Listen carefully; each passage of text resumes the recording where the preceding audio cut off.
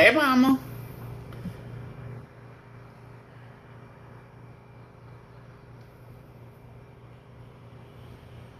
Hey, hey. Happy Saturday, y'all. I'm gonna give it a couple minutes because I know some other people are coming in and joining the scope before we get started.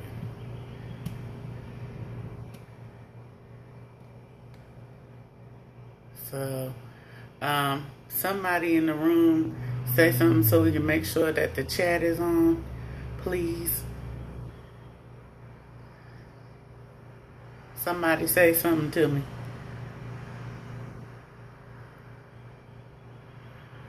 All right, well, I guess we'll figure it out in a minute. Hey, thanks for coming, JR 718202. Well, welcome to Saturday Scopes. Um, we are finishing up the series, Me, Myself, and I. If this is your first Saturday Scope, thank you for coming. Let me tell you who I am. My name is Shakana. A minister, a social worker, somebody who is just passionate about people and seeing people be at their best, do their best, and be the best version of them possible. So Saturday Scopes is just my way of giving back. Hey, giving back some good practical advice and wisdom to help you excel and be victorious in every area of your life. So this month we've been in a series called Me, Myself, and I, and we've been talking about self-discovery, figuring out who you are, what you're here for, all those good things. So this week is the conclusion of that series, and we're talking about identity theft. So I guess first we need to figure out and determine what is identity. Identity is the conception, qualities, beliefs, and expressions that make a person or group different from another group or other people. So basically, it's what makes you an individual, what makes you you, uniquely you. Okay, so if we think about what all that encompasses, that includes the way we carry ourselves, our dialect, the way we speak, our collective experiences, how we were raised, what we were taught, our religious and spiritual beliefs, what we believe morally, socially, economically, all of those things. So identity is kind of a hodgepodge of all the stuff that you deem to be important, valuable, and critical on a personal level. Everything that makes you you. Okay, so we know that the enemy comes to kill, steal, and destroy. And one of the biggest things that he's doing right now is launching an all-out attack on identity. And we see that played out in so many ways. You see it in the media with skin bleaching, with the rise in plastic surgery and people who have in completely new faces, whole new appearances. You see it in the transgender movement. People who were born one sex and feel like they were supposed to be another, or who live as another. All of these things and so many other things are attacks on identity. So I want to talk to you about four things out of the big, huge group of things that can rob you of your identity. The first, and probably one of the biggest that everybody experiences, is comparison. If you agree, throw me a heart. Let me know that you're with me. You can talk to me, comment. Comparison robs you of your identity because it forces you to put yourself against somebody else. You're stacking all of the things that make you uniquely who you are against somebody else and saying, Am I good enough? Am I as good as this person? Am I better than this person? When in actuality, the only person that you should be comparing yourself to is the you that you were yesterday. Because the goal is to always be a better version of yourself. Not compete with Jim, Sally, Sue, Bob, whoever. But to be a better version of you every day. That comparison bleeds over into so many things, especially among young people. You're constantly comparing to yourself to the images you see in the media. It causes body image issues. It causes self-esteem issues. It causes people to have a fear of failure because you think, okay, what if I try this and it doesn't work? What if it fails? What if it doesn't happen? What is so-and-so going to say? How are they going to look at me? All of these things tie into part of your identity. So when you're constantly comparing yourself to somebody else, you never take the opportunity to really figure out who you are and to celebrate the uniqueness of you. Because you're ascribing to be like that other person. You're desiring to be like that other person when there's already somebody whose image and likeness we were created in, and he's perfect. So if we're made in his likeness and image and we ascribe to be like him, then we can't go wrong. We're already made in a perfect image. So everything that goes into making us who we are is intentional. He didn't just throw us together and say, oh, well, I'll figure out what to do with them later. He made us the way we are for a specific reason. Every experience, every doubt, every fear, every trial, every test, everything, every station in life is intentional. It's to help shape us and to foster our identity, not just physically, but in him. Okay? Number 2. This one is especially with type A personalities, and you see it a lot with men, and now more so women, but career. When you get so caught up in your career and your work that it defines who you are, it robs you of your identity. If you can't be known without your titles, without the letters after your name or before your name, and still come back and be just regular Lulu, regular Amy, regular John. You always have to be Dr. Sally Hunt, Apostle James, Bishop, Suffragan Bishop, whoever. Whatever your titles are, whatever your occupation, your job, your roles, whatever those things are, if they consume you and you can't just be you can't just be who you are at the end of the day, that career has robbed you of your identity. Because once all those titles and positions and whatever it is that is holding you up, once it changes, you still who you were before you got them. And just because you get a title or letters or whatever doesn't change who you are. It doesn't change your beliefs. It doesn't change your struggles. It doesn't change your day-to-day living as far as having to provide for yourself, to pay bills, all of those things. It may change your responsibilities and your duties, but it doesn't change who you are at the core of you. So if those things have consumed you, if you've gotten so caught up in chasing a position or a title that you lose sight of family, friends, quality time, your hobbies, things that give you fulfillment in life outside of work and earning a dollar and accolades, then you've been robbed of your identity in that area. Number 3 is relationships.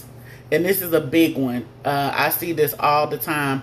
And everybody has that friend that when they get a boyfriend or a girlfriend, they become isolated. They don't hang out. They don't call. They get bougie. They change. They don't have time for you anymore.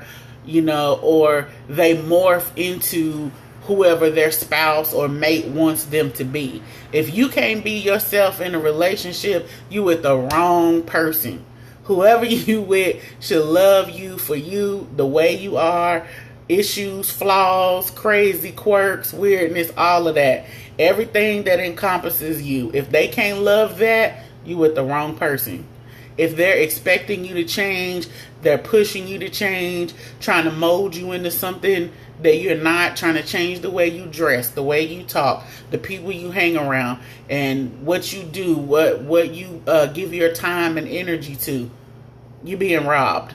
It's one thing for somebody to, as Beyonce said, upgrade you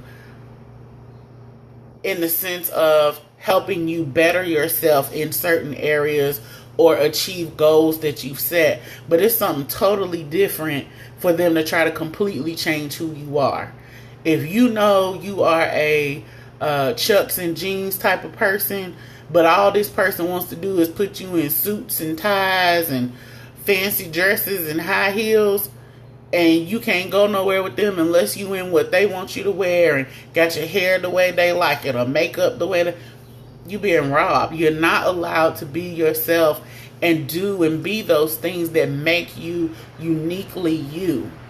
Okay, so examine that, not just in romantic relationships, but friendships. Make sure you're not morphing into the people that you hang around with just so you have a sense of belonging. They say the people that you spend the most time with are the people that you become. Be careful of that. Make sure you're surrounding yourself with good people who are positive, who have good things going on for them, so that you pick up those positive traits and qualities, but don't lose yourself in the process of hanging out and being social just for the sake of having friends. You can still hang out, you can still be cool, popular, whatever, and be yourself. You have something to add to the group that nobody else can bring. There's things that are uniquely yours that the whole group benefits from. Your personality, your attitude, your wisdom, your knowledge, your sense of humor, so many things that your group of friends benefit from by being around you, that you don't have to turn your light down to make them shine even brighter. Everybody can shine together. You know, it's light bulbs, a whole pack of light bulbs. Everybody's a different color. We all shine together to make a rainbow. Come on. Okay. The last thing I want to talk to you about that robs people of identity, and this one's a serious one, because it can make such a huge impact on multiple areas of your life, is illness. And I'm not talking about like a cold or flu. I'm talking chronic illness, major serious illness, cancer, autoimmune diseases, HIV and AIDS, things where people lose limbs, all of those things. Hey, Gams! Things like that, major illnesses that cause life changes. You know, when a person goes through, hey, Lavonda, when a person goes through chemo and cancer treatment, it changes their body physically. Not just their body, but they go through so much psychologically that it can change the way they feel about themselves, the way they think. It changes their appearance, how they have to dress. And if you're dealing with someone who's had, say, a mastectomy or something like that, and now they're dealing with maybe feeling less of a woman because they're missing a part of them that's so natural and that they've had for years. So now they've got to readjust. What is it like living without breasts? What is it like living without an arm or a leg? Huge things that rob people of their identities because it changes your ability to function. It changes what you can do, changes your capabilities. Just imagine soldiers, track stars who have lost legs. You made your living running or serving your country. You can't do that anymore. It was a huge part of who you are. So what now? You've been robbed of these things. What do you do? How do you deal with it? How do you adjust? And people don't always think about that stuff unless you work with those populations and you're dealing with people who have had major life changes because of illness. You know, it changes your financial situation big time. There's so many people in the United States. It's over like 600,000 people who declare bankruptcy every year because of medical bills. You know, you got to think about those things and how they affect a person's identity. It changes your beliefs when you go from being a prima ballerina who was at the top of her game in the field, in the company, traveling, touring, dancing, to now you've lost a leg. You can't dance anymore, something that brought you joy, something that you were gifted and called to do, something that you've worked and trained for. You can't do that anymore. Then you don't have the income. You don't have that, and you have all these medical bills piling up.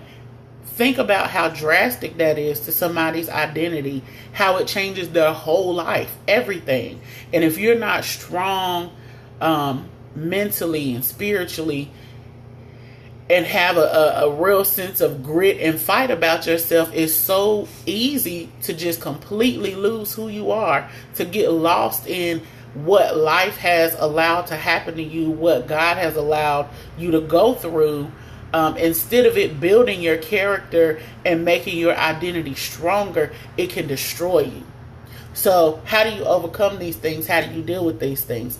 One, you ask yourself the questions that we started this series with. Who am I outside of the roles that I play? What is my purpose? What have I accomplished with my life so far, and is it enough? And after I've died, how will others know that I've lived? If you revisit these questions from time to time, it'll help you make sure that you haven't lost yourself along the way. It'll help you re-examine the important things in your life, the things that really are at the core of who you are. If you know who you are, if you're secure in who you are outside of the roles you play, then there's a good chance that you're healthy mentally, that you're building healthy relationships and secure in that, so that another person, a thing, or a situation can't shake you and change who you are. You know, I asked my mom, I said, Mama, who are you other than being a mama and a wife and taking care of the family and all the things that you do? Who are you? What do you like? What do you like to do? What do you want to do? What do you want to accomplish? And she looked at me and paused for a minute, and she said, you know, I ain't really thought about it. So if you don't take the time to examine those things and question those things, it's easy to get caught up and just be existing and not living and not really being true to who you are. Okay. Number 2 is self-care. Making sure that you're taking time out for you to be healthy mentally, physically, emotionally, spiritually. Take some time to refresh yourself, to just decompress from worries, work, trouble, stress, drama. Whatever it is that brings you comfort and relaxation, do it. If it's going to the pool, if it's going treating yourself to ice cream, shopping, whatever it is, do it. Okay, take care of yourself. If you don't take care of yourself, you're not going to be good to anybody else, because you can't pour out of a broken vessel, because everything you have to pour out is falling out of the sides before it comes out of the spout. Okay, and the last thing is to continue to evolve. Continue to strive to be a better version of yourself through investing in yourself. Take a class, read a book, get some training, whatever it is that's going to help you be a better version of you. Do it. Go for it. Y'all been real quiet. I'm sure y'all got some comments, some things to say about this stuff. So if you haven't said what's on your heart and your mind, now's a good time to do it. If you got any questions, throw them up. Throw me some hearts. Whatever's on your mind. If not, I hope you'll come back and do Saturday Scopes with me next week. We're starting a new series called The Family Circus, and we'll be talking about all kinds of family issues and the things that come along with families. Everybody got a few crazy members in their family. We got some folks that I guess are just intrinsic to each and every family, some roles and characters. But we're going to be diving into family issues, talking about co-parenting, blended families, families of choice, all kinds of good things. So I hope you'll come back. If you're not already reading, check out my blog. It's cjaqis.blogspot.com. I'm usually on there every Tuesday and Thursday with a new post. Hopefully it'll inspire you, encourage you, lift you up, and give you something to help you press on in your journey. But otherwise, thank you for scoping with me this Saturday, and I'll see you next week.